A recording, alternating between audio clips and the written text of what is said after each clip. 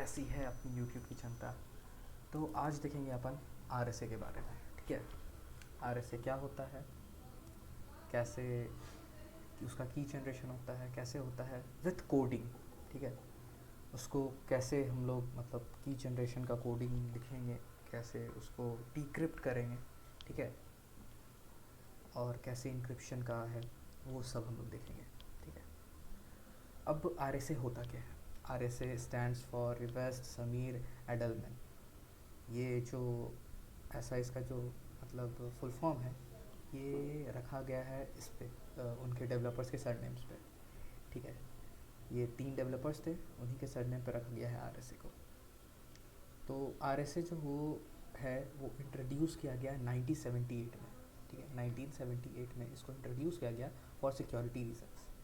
ठीक है, क्योंकि उस टाइम पे कुछ ऐसा हाईफाई सिक्योरिटी था नहीं, तो जो भी डेटा ट्रांसफ़र होता था थ्रू नेटवर्क, तो वो प्लेन टेक्स्ट में और मतलब कुछ ऐसा हाई फाई इंक्रिप्शन उस समय था नहीं, तो उस तरीके से ट्रांसफ़र किया गया था जो कि अगर एक मिडल मैन है तो वो डेटा को इंटरसेप्ट करके वो ये कर सकता था, रीड कर सकता था। ठीक है, जैसे अभी के टाइम में man in the middle attack होता है और टीसीपी डंपिंग ये सब के थ्रू उस समय किया जा सकता था। ये पॉसिबल था कि अगर एक कम्युनिकेशन के बीच में इंटरसेप्ट हो जाए, वो कम्युनिकेशन को इंटरसेप्ट करके एक बंदा, कोई भी एक अटैकर हो, हैकर हो, कम्युनिकेशन को इंटरसेप्ट करके जो भी डेटा ट्रांसफ़र हो रहा है एक नोड से दूसरे नोड, उस डेटा को वो स्निफ कर सकता था और स्निफ करके वो देख सकता था कि क्या डेटा जा रहा है, क्या डेटा आ रहा है। ठीक है, तो इसीलिए इस चीज़ को ध्यान में रख के उधर आर को इम्प्लीमेंट किया गया, इंट्रोड्यूस किया गया, ताकि सिक्योरिटी जो हो वो इन्हेंस हो सके। ठीक है, ताकि जो आदमी है, जो भी यूज़र है, जिसका जो डेटा है वही वो यूज़र एक्सेस कर सके। एक यूज़र अपना ही डेटा एक्सेस कर सके, उसका डेटा कोई और यूज़र एक्सेस नहीं कर सके। आर जो होता है वो एसिमेट्रिक क्रिप्टोग्राफी है। उसमें 2 की यूज़ होते हैं, फर्स्ट प्राइवेट की, दूसरा पब्लिक की। तो एक डेटा को, जैसे मान लो यूज़र ए का डेटा है। ठीक है, अगर यूज़र ए का डेटा को इनक्रिप्ट करने के लिए यूज़र ए का पब्लिक की यूज़ हो रहा है, तो उस डेटा को डिक्रिप्ट करने के लिए यूज़र ए का ही प्राइवेट की को यूज़ किया जाएगा। ठीक है, एक यूज़र, एक पब्लिक की, एक प्राइवेट की। ठीक है, तो ऐसा सीन होता है। ये इसलिए इंट्रोड्यूस किया गया for enhancing the security reasons. ठीक है, सिक्योरिटी रीजंस को बढ़ाने के लिए और सिक्योर करने के लिए जो भी कम्युनिकेशन है उसको सिक्योर करने के लिए इसको यूज़ किया गया, क्योंकि ये एक तरीके से नंबर में कन्वर्ट हो जाता है सारा डेटा। ठीक है, जो भी टेक्स्ट है वो नंबर में कन्वर्ट हो जाते हैं, तो इसलिए उसको जहाँ भी भेजा जाता है वो सिक्योरिटी के इस पर्सपेक्टिव में सही होता है। उसको मतलब डिक्रिप्ट नहीं कर सकते जब तक प्राइवेट की पता ही नहीं होगा भाई डिक्रिप्ट कैसे करना है कि नहीं। तो अब देखते हैं कि की जनरेट कैसे किया जाता है आर में। पब्लिक की और प्राइवेट की को कैसे जनरेट किया जाता है, कैसे अपन जनरेट करते हैं। तो सबसे पहले 2 वेरिएबल होता है। पहला जो होता है वो p होता है, दूसरा जो होता है वो q होता है। ये दोनों जो होता है इसमें कंटेन होता है इंटीजर। किस टाइप का इंटीजर? तो प्राइम इंटीजर कंटेन होता है। ठीक है, जो भी प्राइम नंबर्स है वो तुम इन दोनों में रखोगे। ठीक है, और इसका कहना ऐसा है कि तुम आर का कहना है कि तुम जितना बड़ा नंबर रखोगे, मतलब जितना मतलब डिजिट्स रखोगे, जितना बड़ा डिजिट रखोगे, नंबर ऑफ डिजिट जितना ज़्यादा रखोगे, उतना तुम्हारा सिक्योरिटी ये रहेगा, बेस्ट रहेगा, सही रहेगा। ठीक है, मतलब कि उतना तुम ज़्यादा सेफ रहोगे, उतना तुम ज़्यादा सिक्योर रहोगे, उतना अच्छा तुम्हारा इंक्रिप्शन होगा। मतलब ज़्यादा सही होगा अगर तुम बड़ा डिजिट, जैसे 32 डिजिट का नंबर लो, प्राइम नंबर 32 डिजिट का प्राइम नंबर लो, चाहे 42 डिजिट का प्राइम नंबर लो, या फिर 51 डिजिट का प्राइम नंबर लो, 70 डिजिट का प्राइम नंबर लो, या फिर उससे भी ऊपर लो, 102 डिजिट का लो, 103 डिजिट का लो, प्राइम नंबर लो। उतने सारे नंबर्स लो पी और क्यू में, तो वो सही रहेगा वैसा, ठीक है। तो ये कहना हुआ, ठीक है। फिर उसके बाद आता है n, ठीक है। n is equal to p into q, ठीक है। p इंटू क्यू होता है n। अब n है क्या, ठीक है। n जो हुआ एक तरीके से बेस हुआ, ठीक है, क्योंकि n ही पे प्राइवेट की और पब्लिक की डिपेंड करता है। बिना n के प्राइवेट की और पब्लिक की नहीं बन सकता है, ठीक है। प्राइवेट की और पब्लिक की दोनों ही जो है वो n पे ही डिपेंड करता है, ठीक है। p और q का प्रोडक्ट होता है n, और प्राइवेट की और पब्लिक की दोनों n पे डिपेंड करता है, ये बात हमेशा याद रखना। तो अगर मान लो पब्लिक की p पब्लिक की, ठीक है, p के लेते हैं, पब्लिक की होता है तुमको e कॉमा n, ठीक है, ये होता है पब्लिक की PRT, मतलब प्राइवेट की PRT की, PRT के, ये हो गया प्राइवेट की, ये होता है P कॉमा n, ठीक है। तो ये चीज़ तुम देख रहे हो, इन दोनों में n यूज़ हुआ है, ठीक है। इसलिए बोल रहे थे पब्लिक की और प्राइवेट की n पे डिपेंड करता है। मतलब E is nothing but encryption की, और D is nothing but decryption की, ठीक है। तो E और N को मिला के बनता है पब्लिक की, और D और N को मिला के बनता है प्राइवेट की, ठीक है। तो ये होता है की फॉर्मेशन, ऐसे की को बनाया जाता है, ऐसे की बनता है, ठीक है। पब्लिक की प्राइवेट की ऐसे बनता है। तो अब भाई ई क्या होता है, ठीक है। ई को निकालने से पहले एक चीज़ और हम लोग देखेंगे, जो कि है फाई एन, ठीक है। फाई एन का फॉर्मूला होता है p minus one p minus one into q minus one, ठीक है। p माइनस वन और q माइनस वन। अब भाई फाई एन क्यों होता है, फाई एन का क्या ज़रूरत है, तो E और D, E और D, ये जो है E और D, इन दोनों को निकालने के लिए फाई एन का ज़रूरत पड़ता है हमको, ठीक है। बिना फाई एन के E और D नहीं निकलेगा, ठीक है। तो E और D को निकालने के लिए हम लोग फाई एन को यूज़ करते हैं, ठीक है, ये समझो। अब E को निकालने के लिए कुछ कंडीशंस हैं। E को निकालने के लिए कोई फार्मूला नहीं है, बल्कि एक कंडीशन है। कंडीशन क्या है, कंडीशन कुछ ऐसा है कि E का जो भी वैल्यू होगा वो 1 से बड़ा होगा, बट फाई एन से छोटा होगा, ठीक है। 1 से बड़ा होगा, फाई एन से छोटा होगा, ये हो गया फर्स्ट रीज़न। सेकेंड रीज़न, और जो कि मोस्ट इम्पॉर्टेंट रीज़न है, ठीक है, वो है कि फाई एन और ई का जो भी वैल्यू हम लोग चूज़ करेंगे ई में, 1 से 1 के और फाई एन के वैल्यू के बीच में जो भी नंबर हम लोग चूज़ करेंगे, वो जो है वो नंबर और फाई एन का जो वैल्यू है वो, इन दोनों का एच सी एफ वैल्यू 1 होना चाहिए, तभी वो ई के लिए एक वैलिड नंबर होगा, ठीक है।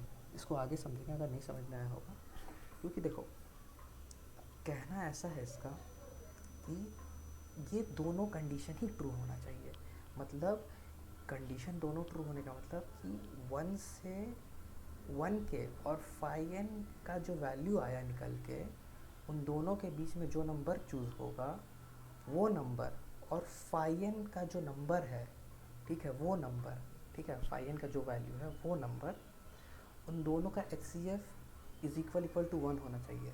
मतलब ये दोनों कंडीशन जब ट्रू होगा तो ही वो वैल्यू ई के लिए वैलिड होगा, तो ही वो नंबर चाहे वैल्यू जो बोल लो वो ई के लिए वैलिड होगा, ठीक है। वो इंक्रिप्शन, वही इंक्रिप्शन की होगा जो इस दोनों कंडीशन पे ये करता है, मतलब इस दोनों कंडीशन को सेटिस्फाई करता है, वही वैल्यू ई के लिए वैलिड होता है, ठीक है।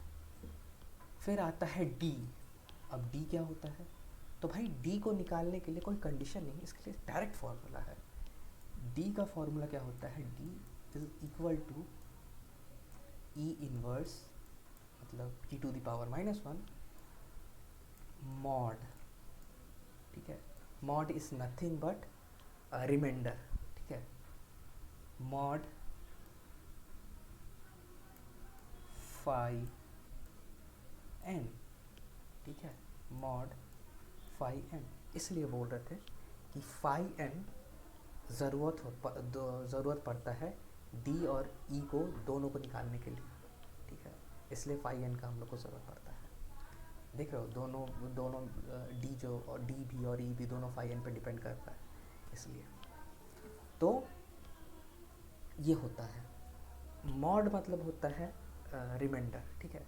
मतलब डी का जो भी वैल्यू आया उसको अगर डिवाइड कर दो तो फाई एन के वैल्यू से, तो कुछ जो रिमाइंडर आएगा, ठीक है, उस रिमाइंडर को मॉड कहते हैं। Remainder is equal to mod, ठीक है। Remainder is equal to mod, ठीक है। दोनों का मतलब सेम है। अगर कोई रिमाइंडर बोले तो भी बात एक ही है, हम कोई मॉड बोले तो भी बात एक ही है, ठीक है। तो ये बात है, ये समझ गए हम लोग क्या क्या क्या हम लोग को ज़रूरत पड़ेगा, क्या क्या नहीं ज़रूरत पड़ेगा, ठीक है। अब चलते हैं इसको कोई एक एग्ज़ाम्पल लेके इसको अच्छा से समझने के लिए, ठीक है। फॉर्मूला यहाँ पे हम लोग जान गए, अब हम लोग जानते हैं कि कैसे, और हम लोग मतलब इसका इंक्रिप्शन कैसे की जनरेट एक्चुअल में होता है, ठीक है। तो P इज़ इक्वल टू लेते हैं 3, छोटे नंबर लेते हैं ताकि हम लोग को ईजी हो समझने में, ठीक है। और Q इज़ इक्वल टू 5, ठीक है। Q 5 लेते हैं, P को 3 लेते हैं, और फिर उसी हिसाब से N जो होता है, N is equal to Q P into Q होता है, या फिर Q इंटू P बोल दो, बात एक ही है। तो कितना होता है? 15 होता है भाई। फिर उसके बाद होता है फाई एन। फाई एन क्या होता है भाई? P-1 इंटू Q-1, ठीक है। मतलब क्या? P-1 मतलब 3-1 तो 2 हुआ, इंटू Q-1 मतलब 5-1 इज इक्वल टू 4, ठीक है। तो अब दोनों को मल्टीप्लाई कर देंगे 2 और 4 को, तो कितना होता है? 4 2 8, ठीक है। तो ये हुआ फाई एन हो गया भाई। तो हम लोग को क्या क्या मिल गया? P मिल गया, Q मिल गया, N मिल गया, फाई एन मिल गया, ठीक है। अब हम लोग को क्या निकालना है? ये सब कुछ डेटा मिल गया है, हम लोग को निकालना है E। अब E कैसे निकलेगा? ठीक है, तो हम क्या बोले थे? E को निकालने के लिए कंडीशन होता है, क्या होता है? E 1 से बड़ा होना चाहिए और फाई एन से छोटा होना चाहिए, ठीक है। तो हम लोग चेक कर लेते हैं 1 से बड़ा और फाई एन से छोटा हम लोग को क्या डेटा मिलेगा। तो कोड में चलते हैं, यहाँ एक कोड लिखते हैं, for I in for I in range, ठीक है। आई इन रेंज लेते हैं, कहाँ से? 2 से चलाते हैं, क्योंकि 1 से बड़ा होना चाहिए ना, तो 2 से चलाते हैं। और 8 से छोटा होना चाहिए, तो 8 पे ही रखते हैं इसको। फिर उसके बाद करते हैं इफ़, पहले मैथ्स इंपोर्ट कर लें, इंपोर्ट मैथ, ठीक है। If math dot GCD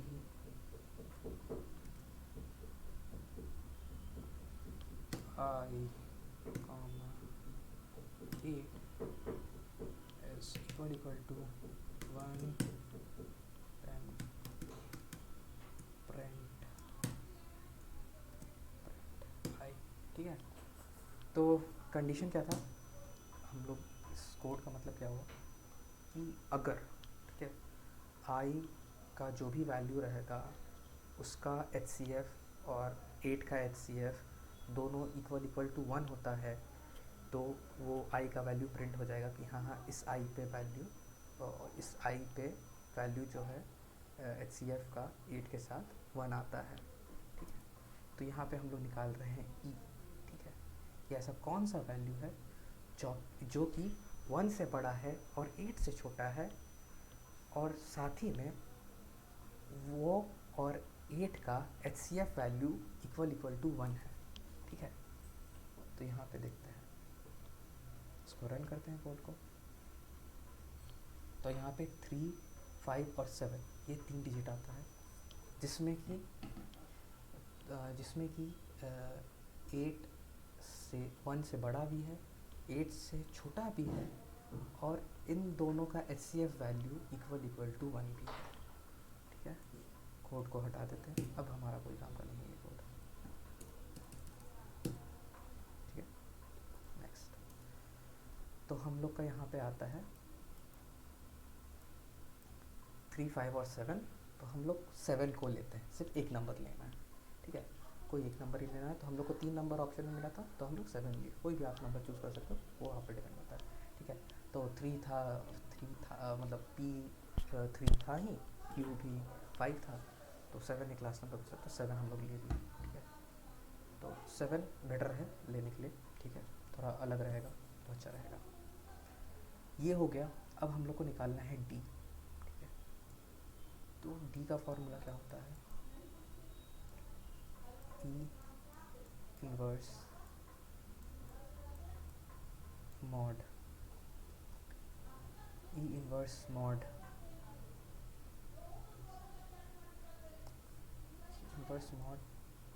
phi n।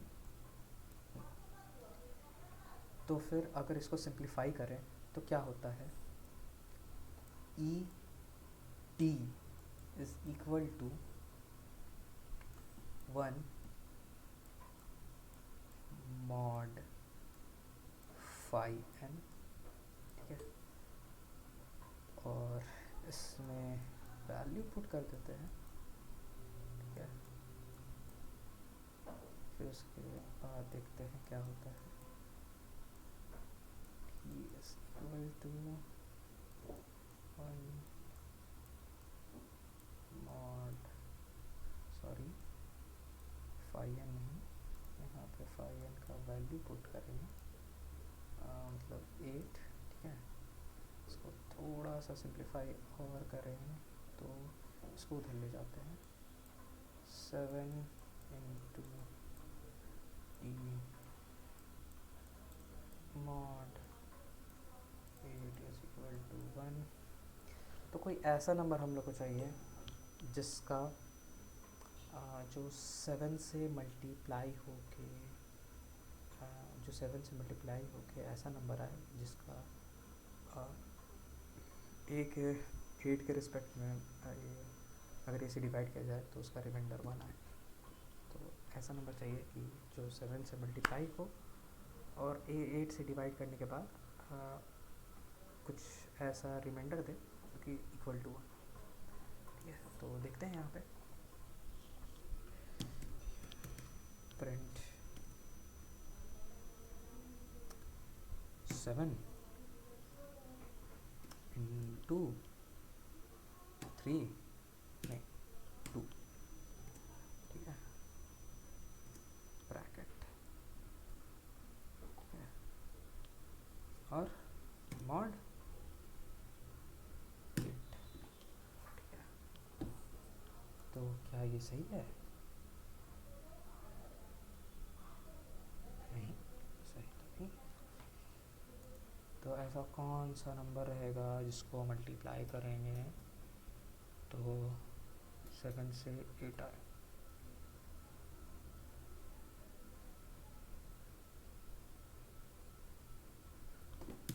एक मिनट, नहीं नहीं नहीं नहीं नहीं नहीं।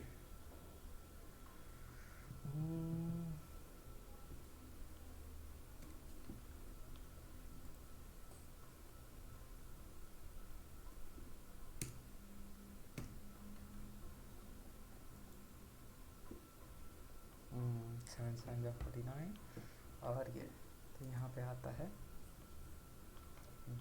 d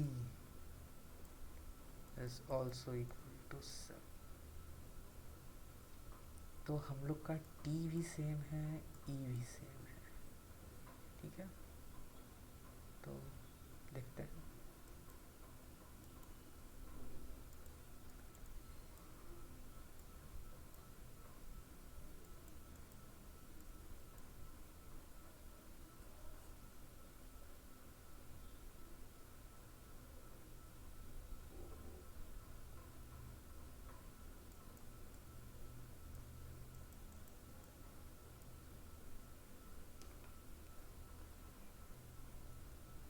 तो हम लोग का e भी 7 है, d भी 7 आया, और इसको इरेज कर देते हैं, ठीक है।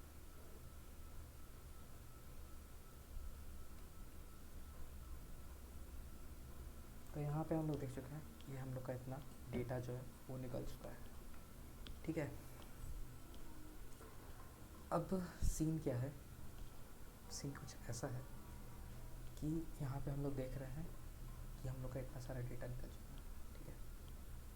अब एक होता है इसमें वेरिएबल c, ठीक है। RSA में वेरिएबल होता है एक c, capital C, which is known as cipher text, ठीक है।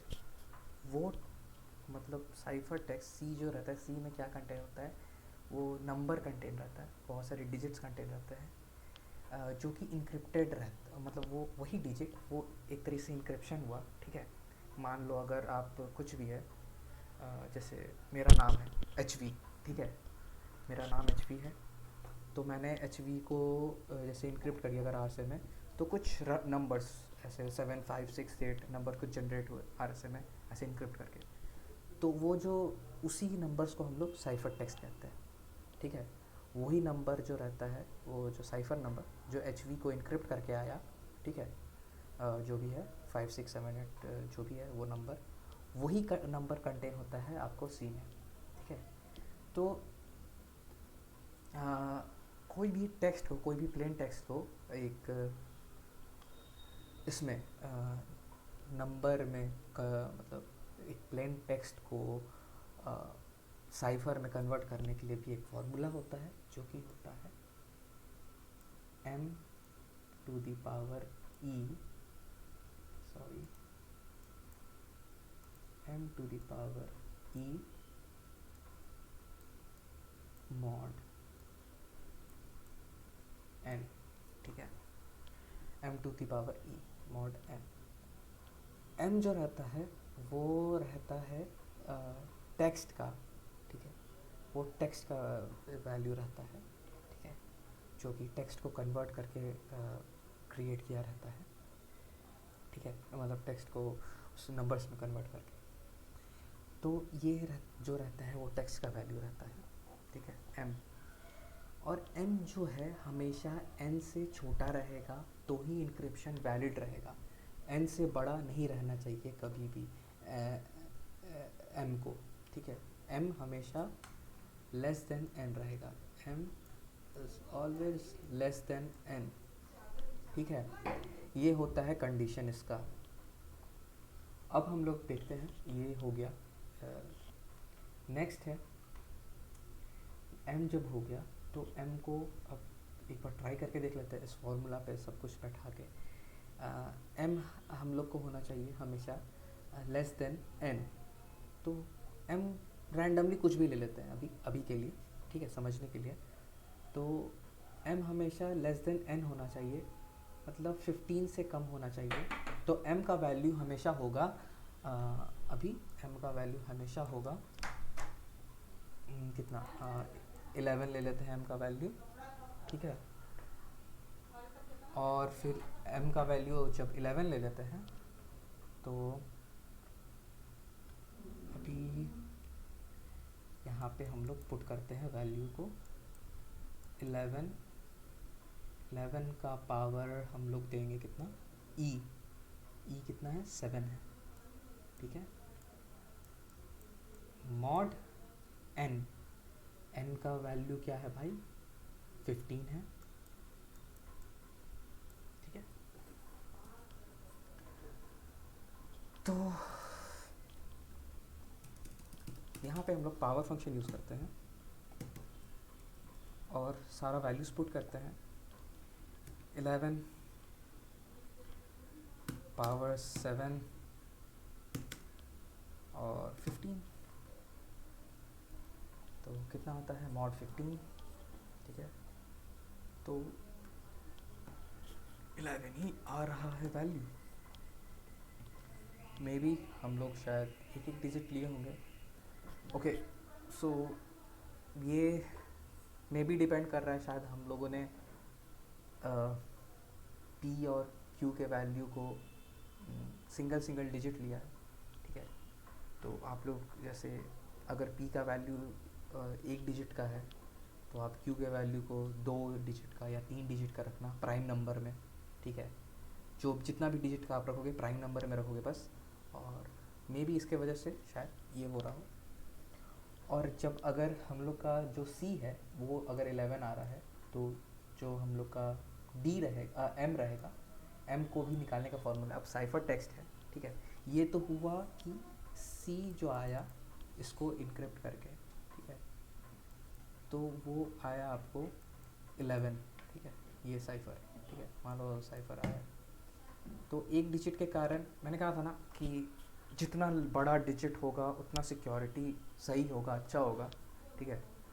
तो यहाँ पे यही हम लोग ने छोटा डिजिट लिया यहाँ पे, इसलिए सिक्योरिटी एकदम बेकार है भाई, भद्दा है, ठीक है। ये तो हमने समझने के लिए लिया था।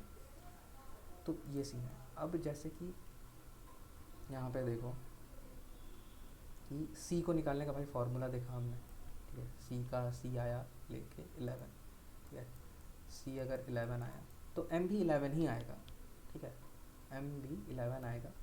तो M को भी निकालने का एक फार्मूला होता है जो कि होता है capital C to the power D mod N, ठीक है। इस फार्मूला पे सारा डिजिट्स को अगर आप बैठा दो तो भी M M का फिर जो वैल्यू रहेगा वो निकल जाएगा, ठीक है।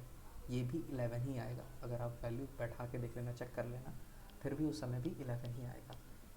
तो ये बेसिकली इसीलिए हो रहा है, हम लोगों ने सिंगल डिजिट लिया और साथ में मतलब सिंगल डिजिट भी लिया और ज़्यादा बहुत ज़्यादा छोटा नंबर लिया था हम लोगों ने, इसलिए शायद ये ऐसा दिक्कत हुआ, इसलिए ऐसा दिक्कत हुआ। हम लोग को बड़े डिजिट लेंगे थोड़ा डिफरेंट नंबर्स में, अगर पी हम लोगों ने एक डिजिट का लिया है तो क्यू 2 डिजिट का लेंगे।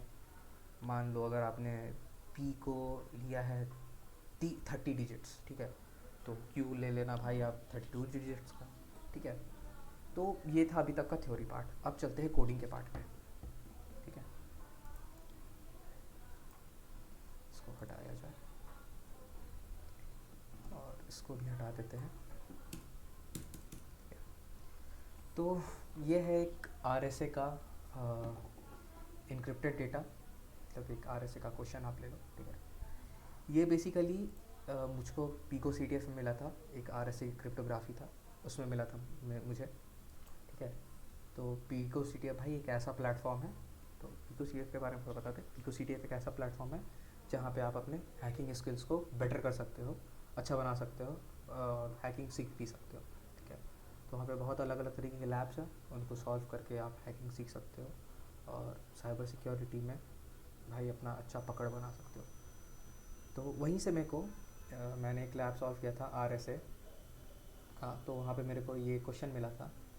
तो मैंने ये चीज़ देखा कि हाँ ये क्वेश्चन लोगों को समझाने के लिए सही है, क्योंकि भाई देखो कैसे इंक्रिप्शन काम करता है कोडिंग के प्रोस्पेक्टिव में भी जानना ज़रूरी है, क्योंकि ज़्यादातर एक्सप्लेनेशन कॉपी पेन पे दिया रहता है, किसी ने कोडिंग पे बताया नहीं रहता है। तो कोडिंग के हिसाब से भी जानना ज़रूरी है तुम्हें कि हाँ भाई कोडिंग में भी भाई, क्योंकि एंड ऑफ द डे तुम्हें भाई लोग पेपर पेन पे का तुमको आईटी सेक्टर में पैसा नहीं मिलेगा। पेपर पेन पे लिख दो कोड या फिर पेपर पेन पे तुम कैलकुलेशन कर दो, तुमको उसका पैसा नहीं मिलेगा भाई, कोडिंग का पैसा मिलेगा भाई। ठीक है, तो ये सीन है, तो इसलिए कोड भी करना ज़रूरी है हम लोग को। तो यहाँ पे एन तुम लोग जान रहे हो एन क्या है, ठीक है, एन है पी एन क्यू, ठीक है। और ई जो है वो है तुमको, वो जो बोले थे ना कि ई किस कंडीशन पे डिपेंड करता है, 1 से बड़ा होना चाहिए और 5n से छोटा होना चाहिए, ठीक है। तो ये वो नंबर है, ठीक है, जिसका जिसका 5n का वैल्यू और ये इन दोनों का HCF वैल्यू जो होता है 1 आता है, 1 आएगा, ठीक है। ये वो ई इस उस कंडीशन पे ये ई लिया हुआ है, ये ई हम लोग को दिया हुआ है, एन दिया हुआ है, और ये जो सी है मैंने जैसा बताया था वो साइफर टेक्स्ट, ठीक है। मतलब इस नंबर जो ये जो नंबर दिखा रहा है इसके पीछे कुछ डेटा है, मतलब कुछ ऐसा डेटा है जो कि इनक्रिप्ट करके ऐसा नंबर में कर दिया गया है, ठीक है। इसको अगर हम लोग डिक्रिप्ट करेंगे तो कुछ आएगा लिखा हुआ ABCD, कुछ प्लेन टेक्स्ट आएगा लिखा हुआ, ठीक है। तो ये उस टाइप का डेटा है। तो अब हम लोग देखते हैं कि सब कुछ दिया हुआ है तो हम लोग स्टार्ट कैसे करें। तो सबसे पहले इसका फैक्टर निकालते हैं, ठीक है, ठीक है। ये पी एंड क्यू का प्रोडक्ट है, तो इसका पी एंड क्यू निकालते हैं। तो इस नंबर को लेते हैं, ठीक है, इस नंबर को कॉपी करते हैं और इसका फैक्टर निकालते हैं थोड़ा इजी वे में, ठीक है। तो इजी वे में फैक्टर निकालने के लिए एक वेबसाइट है, ठीक है, वहाँ पे इजीली जाके तुम निकाल सकते हो।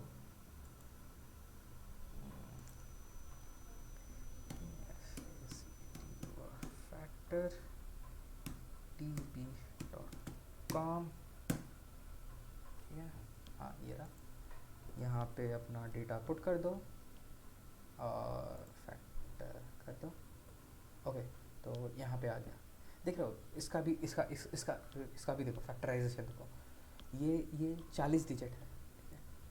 इसका लेंथ है भाई 40, ठीक है, मतलब इसमें टोटल 40 डिजिट है, इसमें 42 डिजिट है, इसमें 40 डिजिट्स है, इसमें 42 डिजिट्स है, देख रहे हो। तो इसीलिए, और देखो कितना लंबा बड़ा नंबर है ना, बड़ा नंबर है, तो इसलिए इसका सिक्योरिटी भी अच्छा है। और हम लोगों ने देखा जैसे वो प्रॉब्लम वहाँ पे हो रहा था, हम लोग का दोनों MB11 आ रहा था, CB11 आ रहा था, तो इसमें वो चीज़ नहीं होगा, ठीक है, क्योंकि थोड़ा डिजिट्स अलग अलग है, ऊपर नीचे डिजिट्स दिया हुआ है, ठीक है। ये मान लो अगर लेट्स टेक कि ये हमारा ये हमारा P हो गया, let's take it as a P, ये P हो गया P, ठीक है। और ये हो गया दूसरा नंबर, इसको अपन ले लेंगे,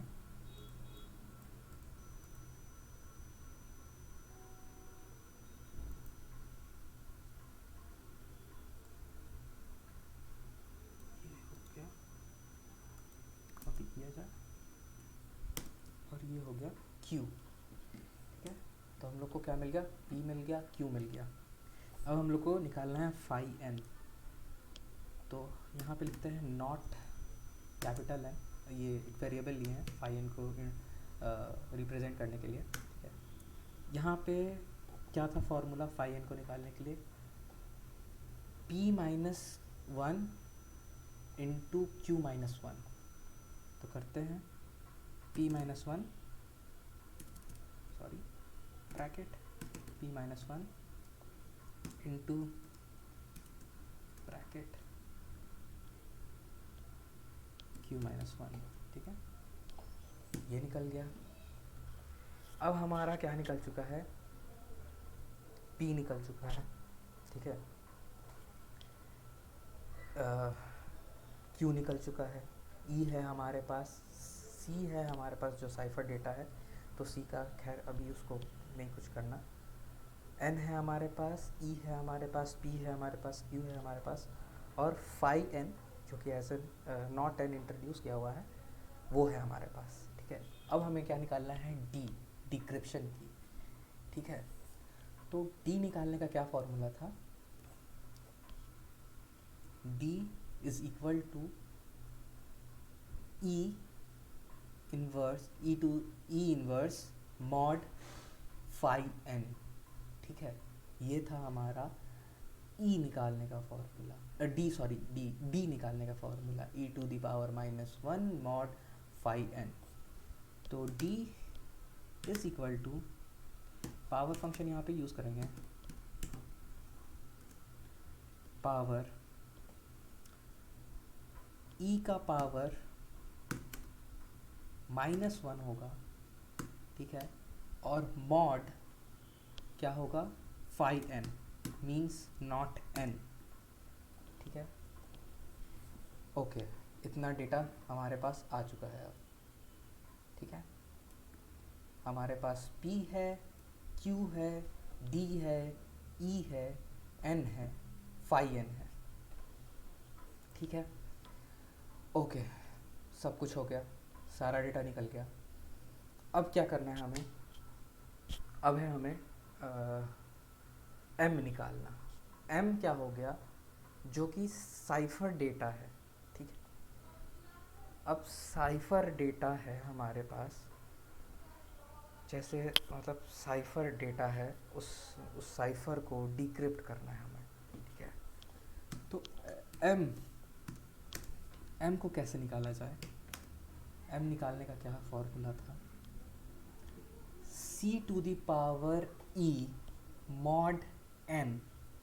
ठीक है, तो यहाँ भी हम लोग पावर फंक्शन यूज़ करेंगे। ठीक है, C⁻E मॉड n था, तो C⁻E कर डालते हैं। ठीक है, फिर उसके बाद हम लोग क्या करते हैं, C⁻E हो गया, फिर उसके बाद क्या था, मॉड n था। ठीक है, अब ज़रा m का वैल्यू देखते हैं, print M, sorry capital M, run the code. Okay, तो ये देखो, ये हम लोग का कुछ कोड आया, ये आया जो डेटा, ये है तुमको डिक्रिप्टेड डेटा। ठीक है, अब इसको क्या करते हैं, हेक्साडेसिमल में कन्वर्ट करते हैं। ठीक है, हेक्साडेसिमल में कन्वर्ट करते हैं। ठीक है, ये कुछ आता है,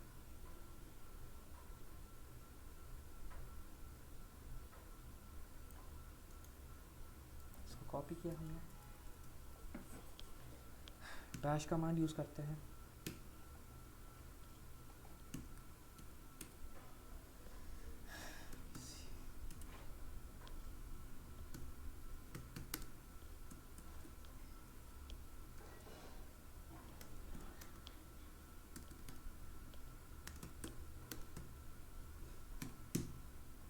ओके, शायद मैंने कुछ गलती किया है, इसकी वजह से ऐसा हो रहा है। तो मैंने क्या गलत किया है इसमें, वो देखना होगा। ठीक है, 5N,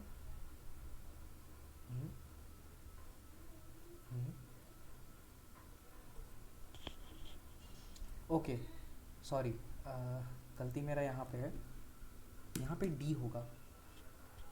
ठीक है, डिक्रिप्शन की हम लोग यूज़ करेंगे, means M is equal to C⁻D mod n होता है, ये मेरी गलती थी।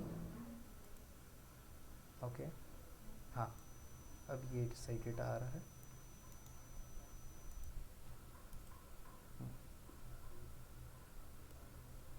इसको हटाते हैं।